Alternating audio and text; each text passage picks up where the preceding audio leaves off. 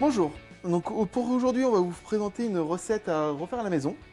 Donc la recette d'un plat qui est très populaire au Japon qui s'appelle l'okonomiyaki. Donc pour ce faire vous avez besoin d'un chou blanc, de 60 g de farine, de 2 œufs.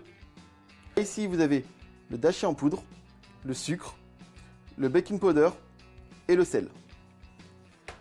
Le benishoga qui est du gingembre mariné coloré en rose.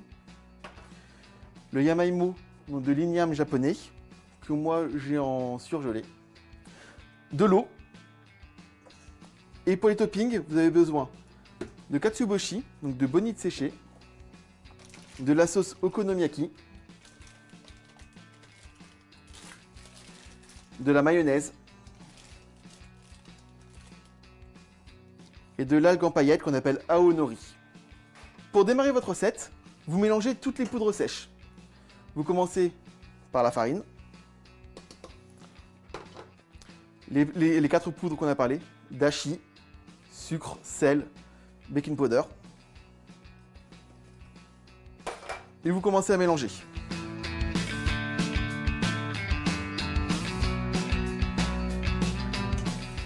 Le yamaimo, je l'ai laissé fondre, il devient une texture légèrement gluante. Si vous le prenez au naturel, vous avez juste à le râper, ça donnera cette texture. Vous ajoutez ça à votre farine. Vous prenez vos 2 œufs, vous les rajoutez également.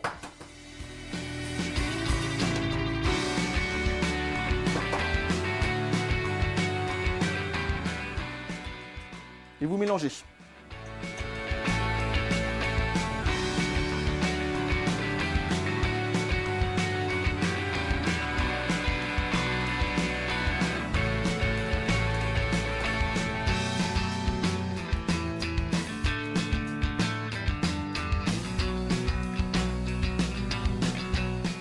Votre pâte doit avoir une texture de pâte à crêpes. Donc vous égalisez et vous délayez à l'eau à la texture souhaitée.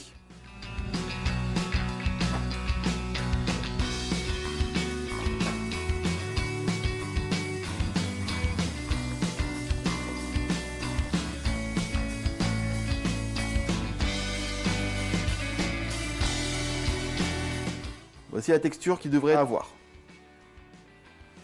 Ensuite, vous prenez votre chou. Vous essayez d'en prendre un quart pour 2 personnes. Ça donne à peu près cette quantité-là. Vous l'ajoutez à votre préparation.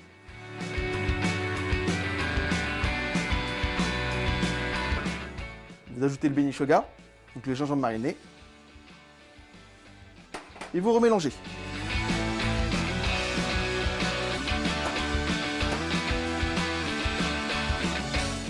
Si vous voyez que la pâte est un peu trop sèche, comme tout à l'heure, vous remettez un peu d'eau.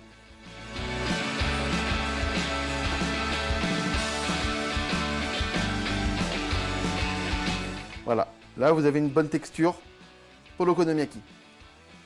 Une fois que vous avez tout mélangé, vous réservez 30 minutes à 1 heure au réfrigérateur.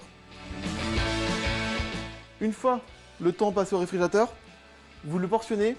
Voici à peu près la quantité pour une okonomiyaki. Vous choisissez les ingrédients que vous souhaitez à mettre avec. De la poitrine de porc, des crevettes, du poulpe, des légumes. Okonomi veut dire au japonais tout ce qu'on aime. Donc l'okonomiyaki, c'est cuire tout ce qu'on aime. Donc vous pouvez vous faire plaisir comme vous souhaitez. Pour la recette, moi j'ai choisi de la poitrine de porc fumée. Donc 2 tranches sont parfaites. Idéalement, vous pouvez le faire de 2 manières.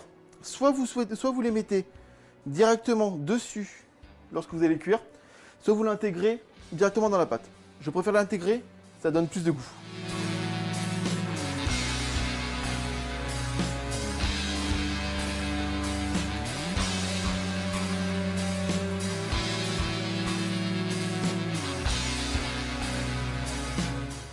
Et ensuite, vous remélangez. Histoire que toute la pâte enrobe bien l'ensemble du chou et des ingrédients. Voilà, maintenant on peut partir à la cuisson. Maintenant on va passer à la cuisson. Une fois que votre poêle est chaude, vous y mettez un filet large d'huile, idéalement de tournesol ou de pépins de raisin. Pour la température de la poêle, vous mettez votre gazinière à feu fort. Une fois que votre huile est bien chaude, vous pouvez y incorporer votre préparation.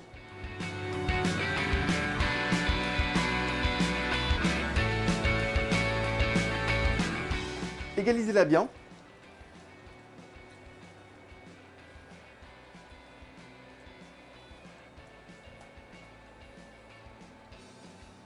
Et vérifiez qu'elle n'accroche pas. Une fois que vous l'avez mis, étape importante, la couvrir. Ça lui permettra de cuire de manière homogène et de cuire légèrement à l'étouffée. Pour le délai de la cuisson, mettez à peu près 2 minutes. Après avoir fait 2 minutes de cuisson, vous vérifiez bien qu'elle n'accroche pas.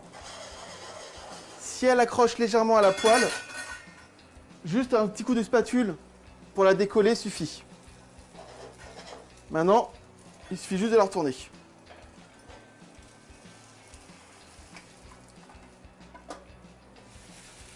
Comme ceci.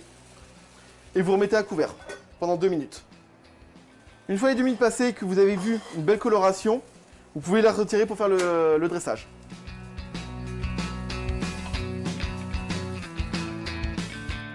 Comme ceci. Sauce okonomiyaki, étalée soit au pinceau, soit avec le dos d'une cuillère.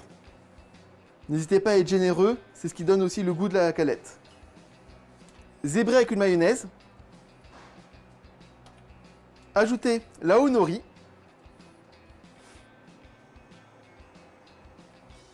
Et pour finaliser, vous avez le katsuobushi, donc la bonite séchée.